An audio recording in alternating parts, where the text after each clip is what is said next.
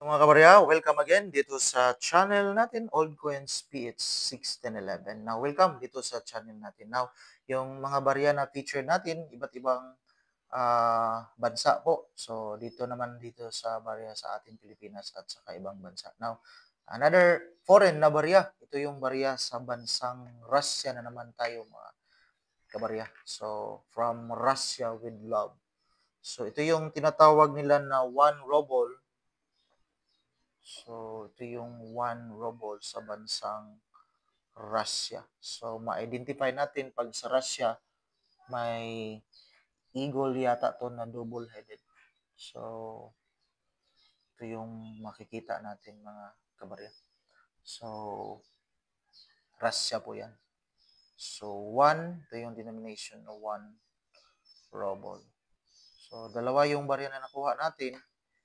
So, once upon a time, napadpad tayo sa airport nga lang, airport.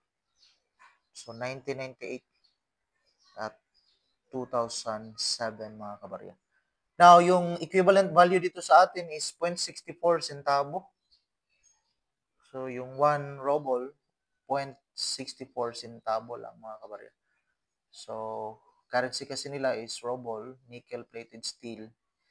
May bigat ito na 3 grams with the diameter niya is 20.5, thickness naman niya is 1.5. So, ito yung value dito sa atin. Nag-circulate po ito sa ngayon. So, 0.64. Ito yung barya niya. Now, dito tayo sa kanilang verse.